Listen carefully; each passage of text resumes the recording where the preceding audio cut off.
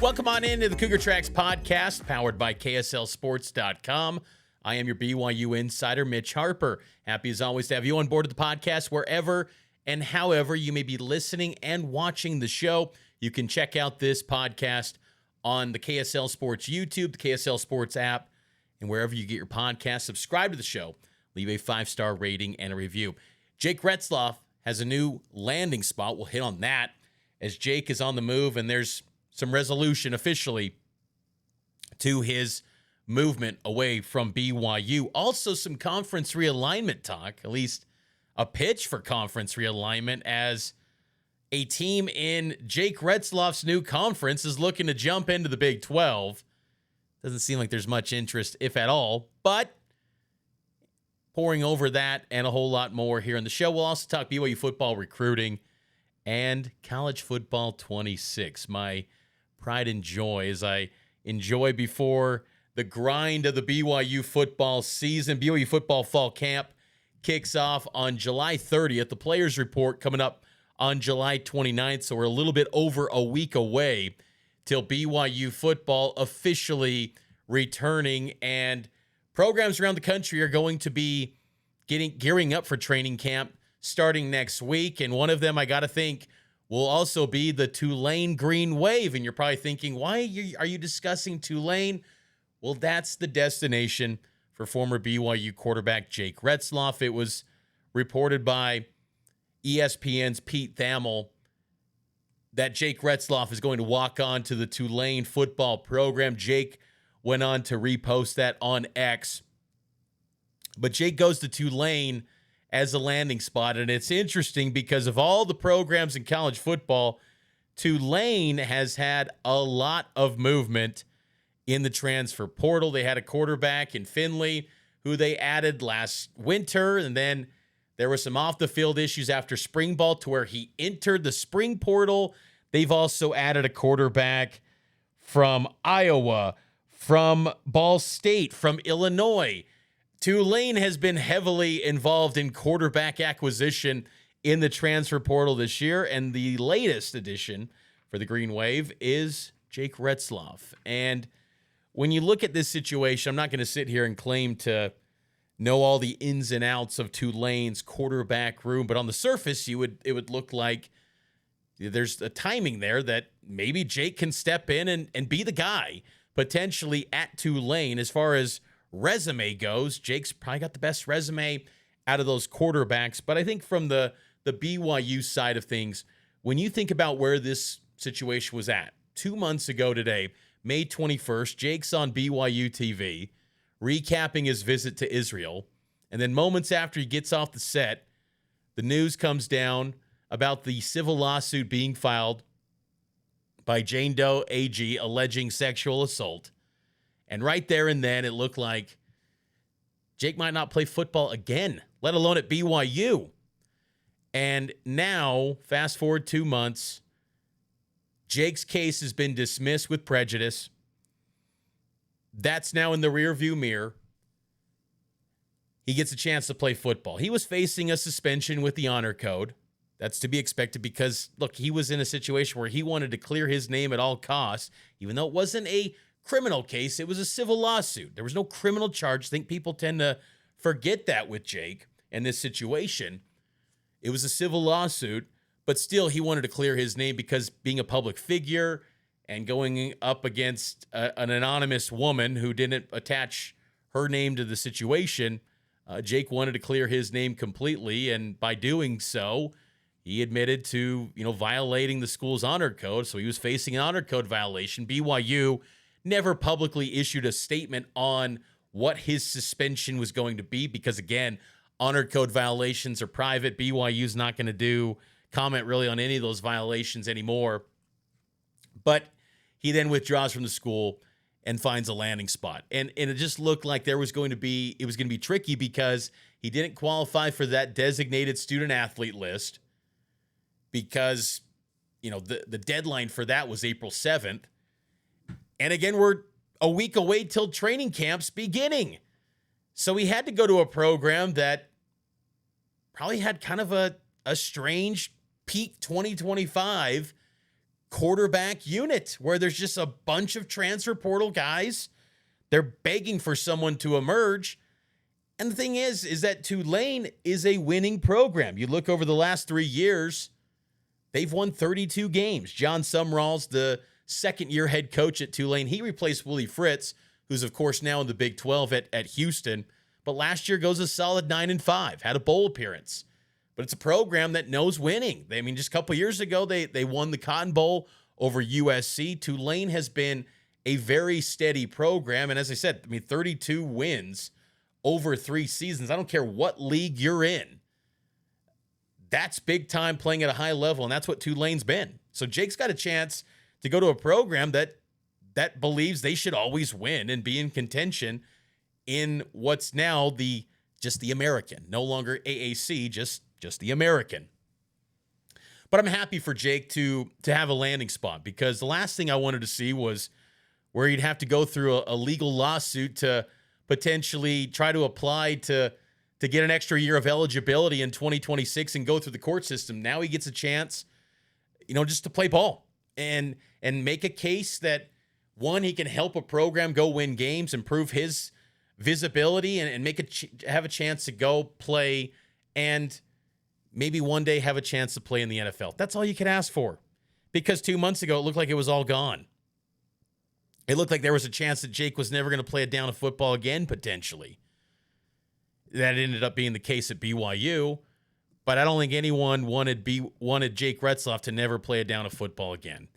And now he gets that crack, and I think that's exciting for Jake and his family, the people close to him, to get an opportunity and to do it at a place that, again, knows winning and is looking to go to the highest levels and really have success. Because Jake Retzlaff, too, as I noted a couple weeks ago when he officially announced his withdrawal from BYU, he quarterbacked one of the greatest seasons in BYU football history.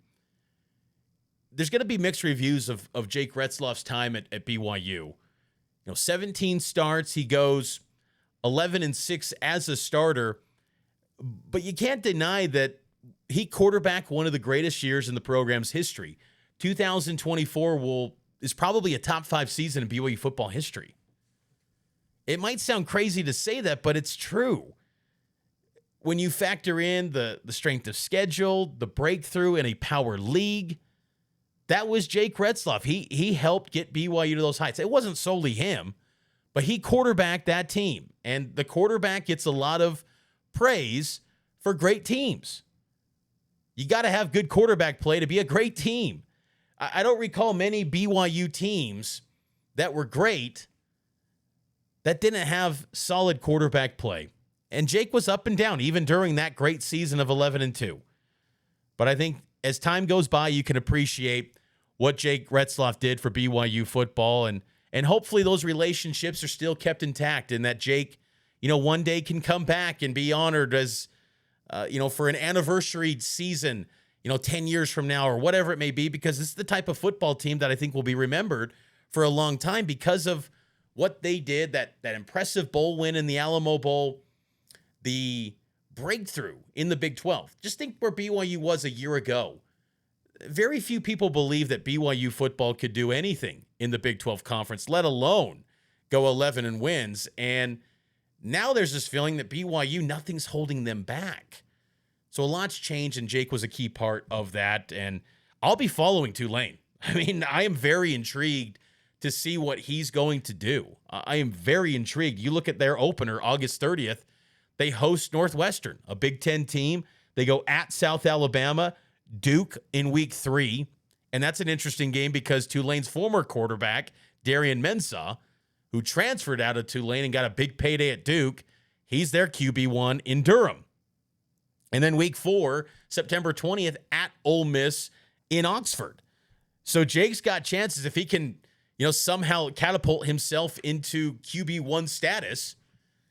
He's got a chance to, make a splash and get Tulane on the national radar and have some big games and give him some chances individually to really make a name for himself nationally. So I wish him the best. Jake Retzlaff off to Tulane. He hasn't officially announced any statement, but he did repost ESPN's Pete Thamel. And It's expected that he's going to be joining as a walk-on. We discussed that before here on Cougar Tracks. There's always workarounds for the path of a walk-on, but it's just not as lucrative as, say, life as a scholarship guy. And then you factor in the judge's decision to still include walk-ons. That was key. Not having that hard cap of a 105, it worked out. And I think Jake Retzlaff is going to get a chance to play football. And I think after 2 months of a lot of ups and downs in this situation, I think this is probably the best case scenario after what transpired May 21st when that civil lawsuit was filed. I think this was probably the best outcome for all parties involved. BYU, Jake Retzlaff, for him to find a landing spot, get a chance to play football, and now BYU can move forward. As I noted, they're about 9 days away until fall camp beginning. Jake Retzlaff will probably be a storyline day one, because I want to hear from Kalani Sitake about his formal thoughts instead of just that's the statement that we've issued from the university. We'll let Jake issue a statement. I want to hear their thoughts now of what Jake meant to the program, their feelings on him landing at Tulane. I want to hear that at opening camp. But after day one of camp and all of that sorted out, then it's just on the team. And then it's just on ball and focusing on BYU getting a quarterback and really fine-tuning their depth chart, their position groups, and identifying the strengths and the leaders of this BYU football team in 2025. In the future, the Big 12 Conference currently has 16 teams. They're settling into life as a 16-team league, year 2 of the 16-team iteration of the Big 12. But could there be a chance that maybe one of those programs in Jake Retzlaff's new conference, the American, could buy their way into the Big 12? Memphis, the Memphis Tigers, are looking to buy their way into the Big 12, and it hasn't been successful. There's been reports that their attempts to pay and buy their way into the Big 12, a lump sum of $200 million, were unsuccessful. But it's interesting, the report from Ross Dellinger, he noted that Memphis was looking to buy their way into the Big 12 for $200 million with corporate sponsors, with FedEx and all these companies. The Big 12's not interested in that, and even the University of Memphis issued a statement to the commercial appeals Jason Munz, not the former BYU quarterback back in the day from Kennewick, Washington, a different Jason Munz, different spelling too. They issued this statement, the University of Memphis did, to the commercial appeal. They said, quote, "The University of Memphis is aware of the recent conversations regarding our potential inclusion in the Big 12. While those discussions did not ultimately move in our favor, our university and Memphis athletics are stronger than ever, and we look forward to continuing to strengthen our position nationally," end quote. Again, that was to the commercial appeal in Memphis. This is a fascinating story to me because Memphis, to me, has never been, I think, the most attractive realignment program. It's interesting with Memphis. They've always been kind of the one that's left out completely. Always left at the altar with realignment. You think back to 2021 when Bob Bowlesby and the Big 12 quickly responded after losing Texas and Oklahoma. They first go to BYU. They then go to Houston, Cincinnati, and then UCF. They did not go to Memphis. And you think 4 years later, what's really changed? Well, a lot's changed with NIL, the college athletic space. A lot's changed in that regard. But as far as Memphis's profile, what truly has changed?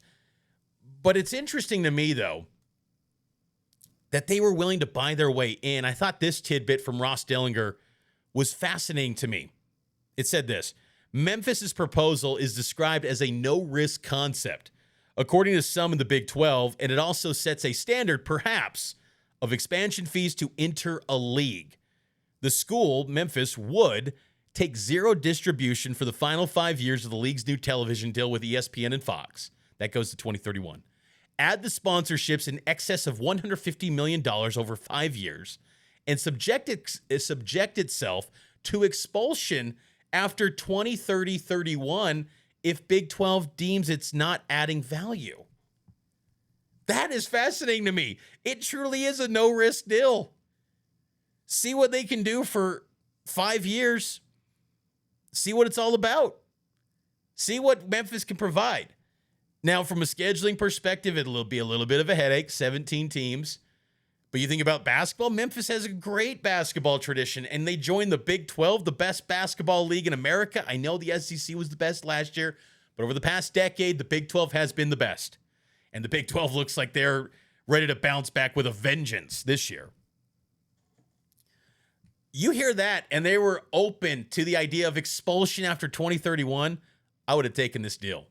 I would have taken this deal and added Memphis for a short-term money infusion. I would have taken this if I was the Big 12. Memphis is a good football program, too.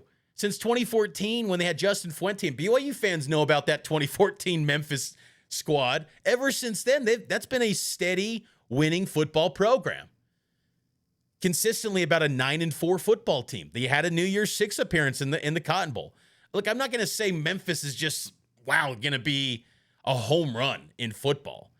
I'd like to think they'd have a little bit more fan support at home football games if they join the Big 12, because attendance with Memphis has always been viewed as maybe not being a strength. You look at some of their home attendance last year, 25,000 for North Alabama, 23,000 for Troy, 25,000 for Middle Tennessee, 32,000 seat stadium. I mean, it's not the greatest, but I mean, there's small stadiums in the Big 12. Nippert Stadium's pretty small. I think that cash infusion, though, is just interesting. But the thing is then, where does it stop? If Memphis does that, well, what's stopping you then for taking the money from USF? Some other programs that really, if Liberty came calling and said, hey, we want to pay $500 million to let us into the Big 12, will you do it? I do believe, though, this is setting the stage for programs are going to have to buy their way into the Power 5, Power 4. It's as simple as that. SMU started it. Memphis is just kind of taking it to an even higher level, their pitch to try to get in. Because even though the Big 12 still has a perceived gap between the SEC and Big 10, there's still a heck of a lot more resource than the American programs. The new look Mountain West in the future. I know the Mountain West is going to maybe have some settlement with the Pac-12. Who knows what's going on there with that all litigation. The Pac-12 is going to be part of the group of 6 now. It's crazy. And to me, it's Memphis. If the Big 12 just truly shuts the door on this Memphis talk, Memphis should go to the Pac-12, in my opinion, or try to find a way to get their basketball into the Big East. But Memphis basketball is interesting.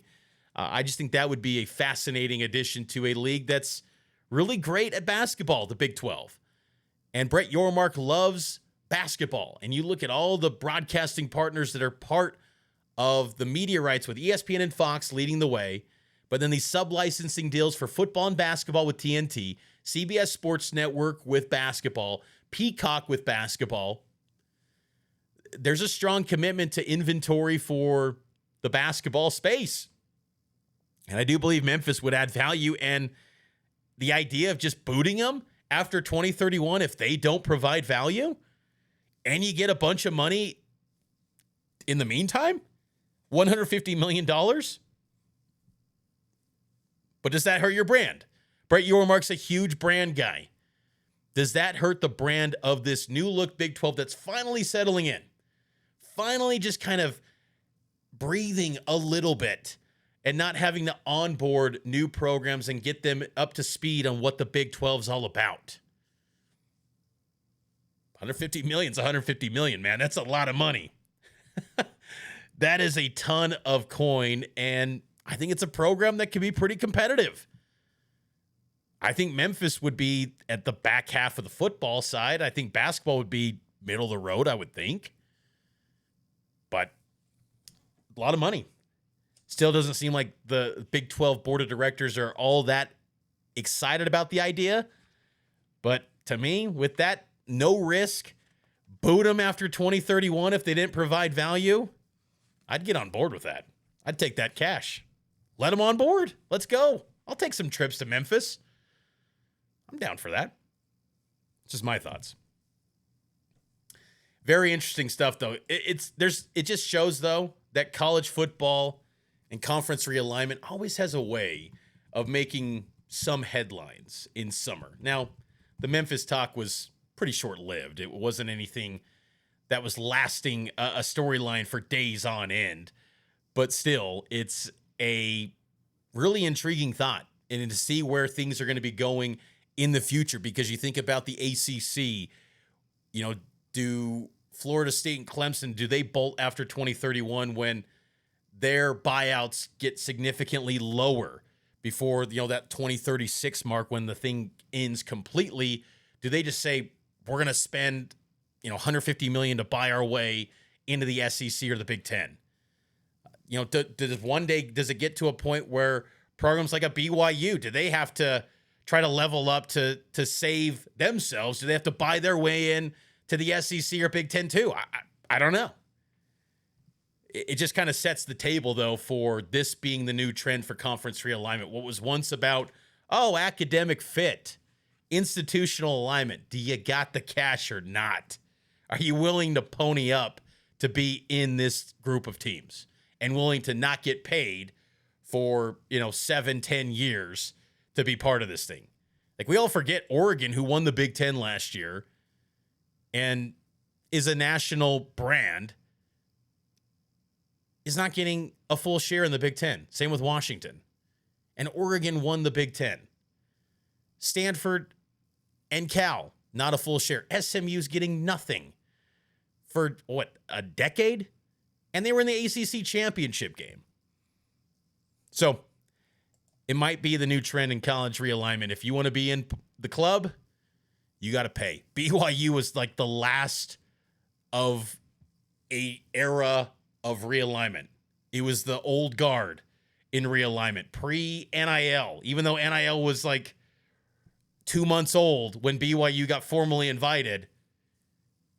They got in at the right time. I always say that. BYU in realignment, it worked out beautifully, even though it was a stressful time for BYU fans for years to navigate realignment rumors and not have a home, but it worked out brilliantly for the Cougars. What's also been working out brilliantly for BYU is their recruiting. BYU football recruiting, I don't have to tell you, but it's just been taken off. Top 20 recruiting class right now in the 24/7 Sports team recruiting rankings. BYU has 21 commitments in the class of 2026, and I wanted to kind of use this as a tent pole to really look over this class and dive into it a little bit, because once we get into the day in, day out grind of the football season, we'll obviously be always keeping an ear about recruiting and the preparation for signing day coming up in December. But, you get into the grind of a season, the season takes on the priority, the actual games, the actual practices, things like that.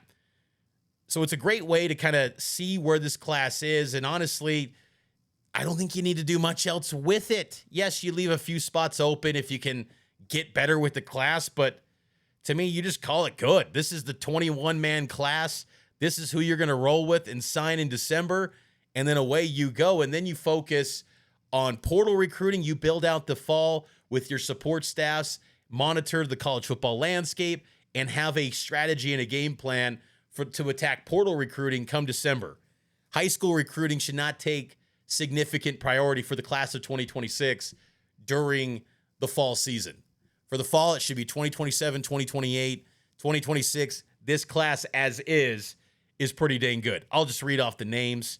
You know them, but it's a nice refresher as we get about a week away till fall camp. It starts off with Ryder Lyons. I'll read these in order of star rating. 5-star quarterback by 24/7 Sports. The 4-star by Rivals. That was one that was a little bit like, come on now. Come on. Especially with Beaver leapfrogging Ryder. Come on now.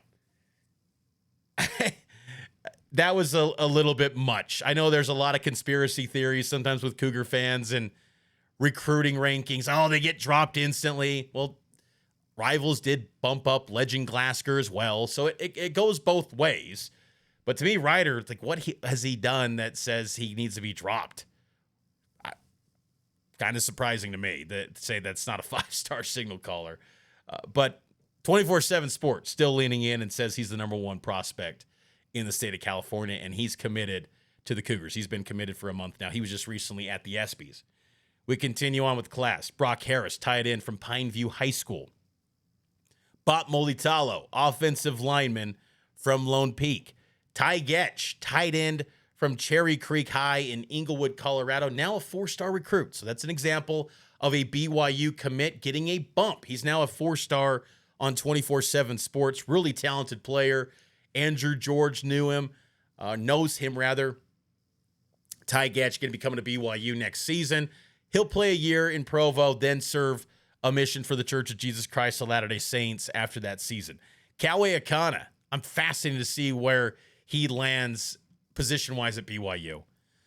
You know, it's kind of like a McKay Madsen of the 2025 cycle who's going to be getting ready for a mission here coming up soon. Kawe Akana, you could play him at wide receiver, tight end, safety. I know the coaches love him at safety, but to me, it's his talent on the offensive side of the ball. You got to find a way to utilize that. To me, I love his playmaking ability at wide receiver. Maybe if have him as a tight end, you find a way to get him involved offensively. I don't want to ignore that potential there. Now, maybe is the ceiling higher at safety? That could be the case. On the defensive side of the ball, could he be an NFL prospect on the defense side? Maybe you could make that argument, but I just love that ability he has on the offensive side. I called one of his games for Orem High School last year when he played Farmington, and he was all over the place. He couldn't be stopped.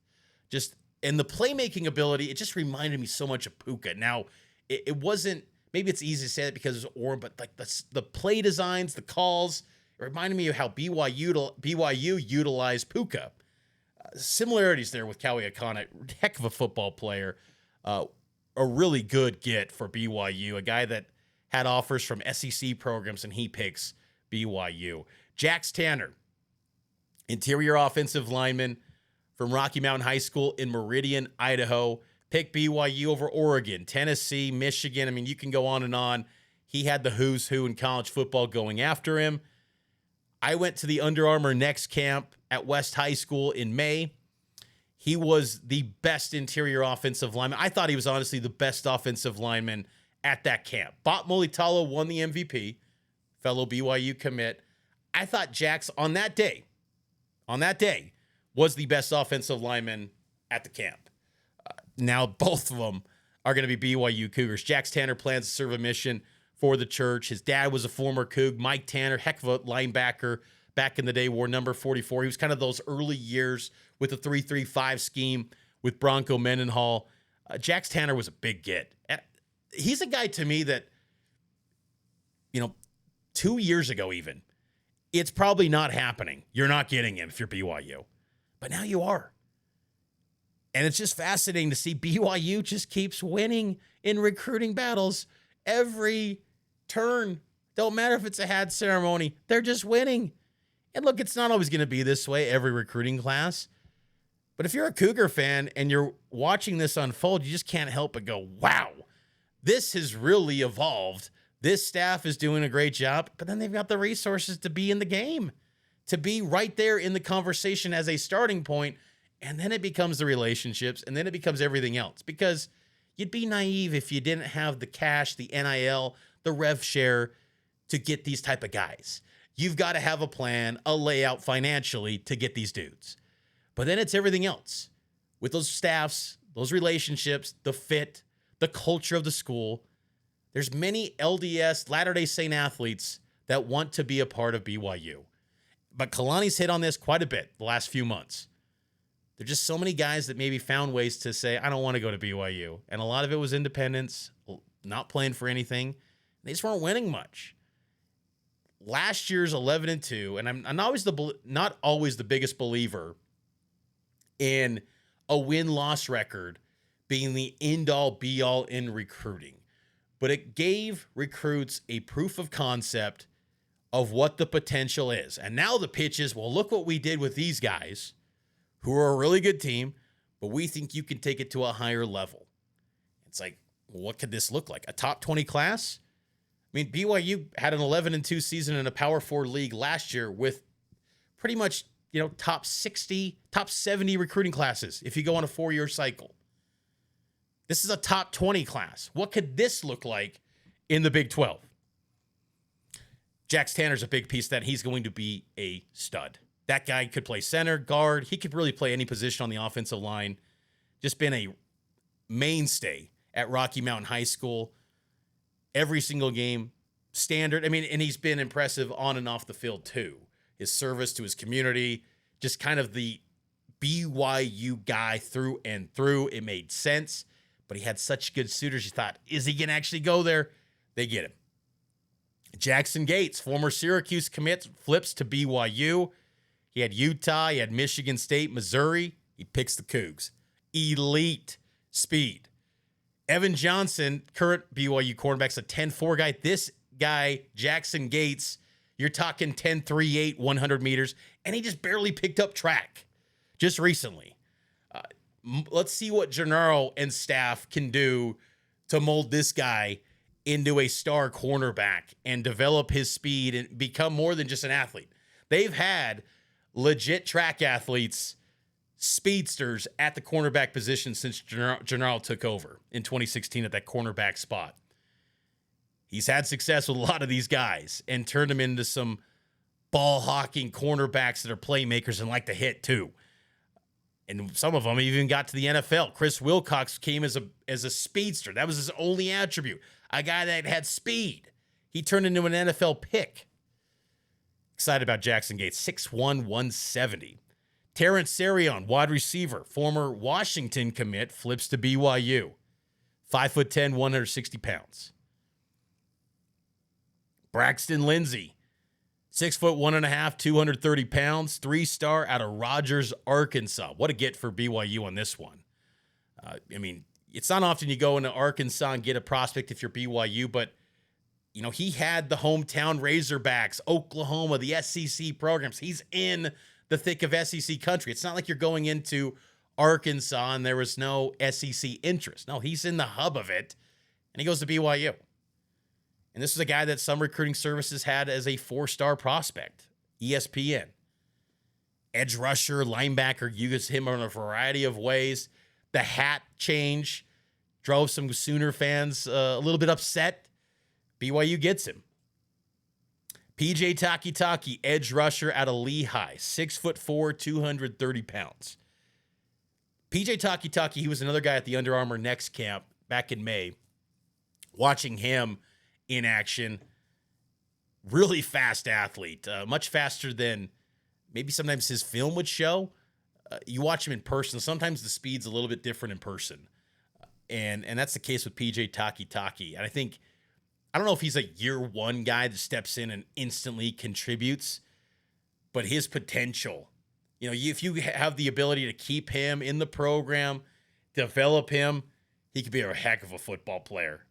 Just his first step is excellent. And that's what's exciting. Like, you see the raw tools. He's a 3-star prospect.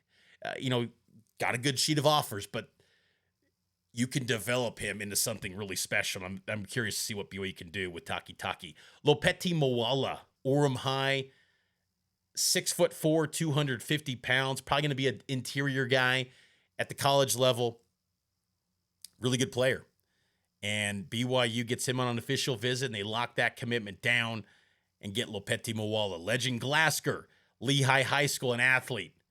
This guy's a playmaker, too. This is a really good class. Like, I've been watching and following BYU recruiting for 30 years now, since I was a kid.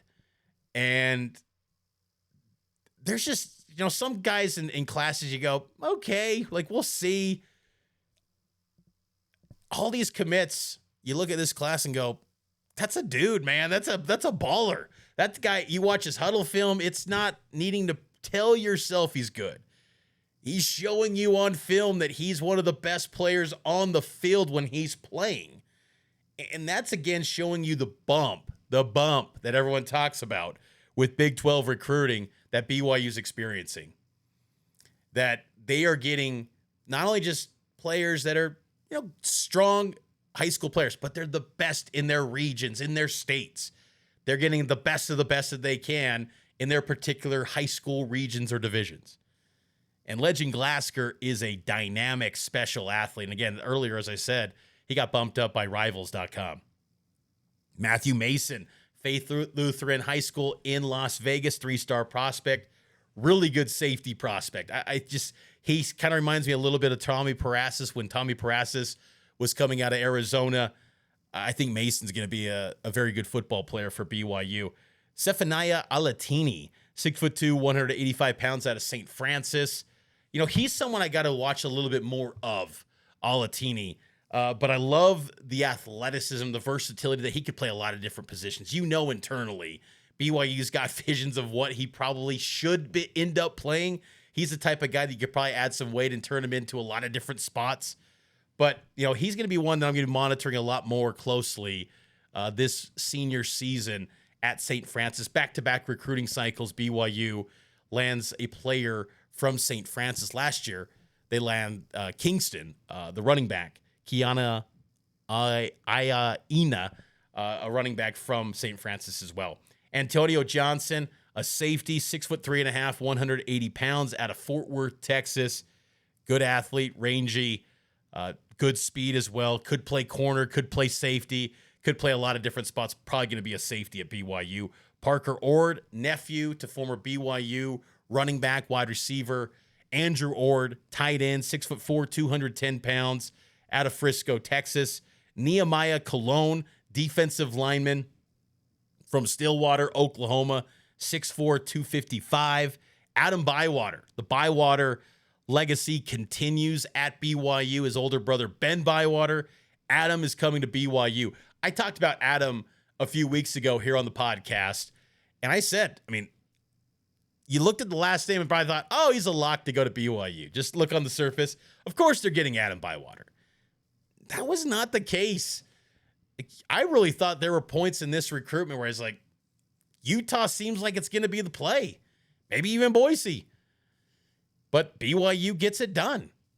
And that's a nice get for BYU. Ben Bywater was an excellent football player at BYU. Injuries derailed Ben's career. It's a shame because Ben was awesome for the Cougars. Adam, I think he could be a little bit further ahead because Ben was more developmental, raw, just athlete coming out of Olympus High. Adam's got more production in the game of football at the high school level at this juncture. Ben was more rugby guy turning into a football player. Let's see what he can become.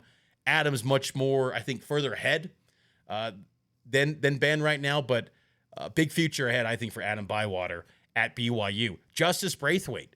Everyone just forgets about him because he's been committed since last December. Ray Brathwaite's son, cornerback, 6 foot, 160 pounds at a Higley High School in Gilbert, Arizona. I like him. He's just a pure cornerback. Like, that's what he is going to play. There's not going to be position changes. He's a corner. He's going to play the cornerback position, and he's highly productive, too, down at Higley. So I think he's got excellent speed, too. That's the calling card of these cornerbacks. Like, BYU is getting faster. This preconceived thought that BYU is just a slow team, you clearly are not following BYU football anymore because this program's getting a lot more speed than I think they've ever had before. Coniel Sweetwine, quarterback out of Skyridge High School. I watched him, too, at the Under Armour Next Camp. I'm really intrigued to see what happens with him. Does he get a shot to compete at quarterback? Is it like a Sol-J Myalva Peters where he maybe dabbles a little bit with running back? Like, what position could he play at BYU? Maybe is it safety? Is it defensive back? Who knows what he could play? He's an athlete, but he's primarily a quarterback at Skyridge High School. That's what he's doing at Skyridge, and do they give him a real chance to compete at the quarterback spot? I'll be very curious to see what he does, and I'm really intrigued to watch him this year at Skyridge. We're all going to be talking about Rider Lions, of course, but Coniel Sweetwine, what can he be at QB? How much of a jump does he take in his high school career before he jumps in at BYU? And then lastly, Graham Livingston, wide receiver. We had him on the podcast. I think this dude's got a ton of speed too. That's been showing itself at Ridgeline High School the past few years. And I think he's going to be a good football player, a guy that wanted to be at BYU, got family connections, and he's just been highly productive. You know, if you're going to go with a smaller prospect, guy that's maybe at a smaller school, you want to see elite production. When you're eclipsing 1,000 yards back-to-back seasons in the receiving game, you're a big-time prospect. And you're one that's worthy of getting an offer to BYU, and he pounced on that offer and committed to the Cougars. So good get by BYU getting that class. But again, that's a top 20 recruiting class. That's every bit a top 25 recruiting class. You got a little bit of everything. You got the volume with 21 commits. You got the blue chip guy with Ryder Lyons. But then you've got depth. You got quality where you feel pretty excited about the potential career arcs of these players and what they could become at BYU. So very good class. And again, I don't look at anything glaring that says, oh, they got to get this. To me, at this point, high school recruiting, done. Maybe if there's a guy that slips through the cracks, but I just don't see that being the thing anymore, where a senior, and it's unfortunate about high school recruiting, how everything's expedited much further ahead now. But it's not about, oh, someone fell through the cracks and then really took off their senior year. Now he's going to be a guy that gets added at a power conference school. I think now the power conference programs, they're going to zero in on transfers and put together their big boards and read the intel, gather the intel about who could enter the portal. And if this guy does, we're pouncing. And we're going to monitor his movement. The guys that we once recruited coming out of high school, let's see how they do at their current spots. And then when December comes, we're going to get that guy. That, to me, becomes what recruiting is in the fall. Yes, you're going to have your visits, and some will even be official visits, but July 4th, kind of that, okay, you know what this cycle is now, on to the next one, and just maintaining everyone and keeping everyone in stow, getting ready for signing day coming up in December. So this recruiting class is going to be really interesting for BYU. Last thing before we get out, College Football 26 video game. You guys been playing it? I've been playing it a ton. I've already got 50 hours in this thing. I love college football video games, and this College Football 26 I have been enjoying a lot. People rip on Ultimate Team. I love some Ultimate Team. I am a big fan of College Football Ultimate Team. I'm not as big into Ultimate Team and other video games like 2K, but to me, the College Football Ultimate Team is awesome with the Legends aspect. Last year, I was playing with Steve Young. This year, I'm already building up my team. Got a few BYU guys on my Ultimate Team. I think I got Tiger Bachmeyer. So that's fun. I enjoy the ultimate aspect of it, but what I really love about college football video games is Dynasty. And I'm putting together an Online Dynasty. I'm pretty excited about it. I got some guys lined up for the 16-team Dynasty. Going to be a lot of fun. We'll have some clips and footage of this Dynasty. I'm hoping we'll work out the kinks, but it's going to be a lot of fun. It's going to be focused on the Big 12. So all 16 users are going to be handling a Big 12 squad. So that leaves, a lot of head-to-head battles between user on user. So I'm very excited to see how this goes. We'll be following it every step of the way, but I kind of wanted to give that a plug before we get out on the show today. But that's going to do it for this edition of the Cougar Tracks podcast. I hope all of you enjoyed it. Make sure to subscribe to the show. Leave a 5-star rating and a review. It helps out the podcast a ton. Again, make sure to subscribe on YouTube. Give a like to this video and also subscribe to KSL Sports on YouTube so you don't miss any of these video podcasts going forward. I will talk to you next time here on the Cougar Tracks podcast. It's powered by KSLSports.com.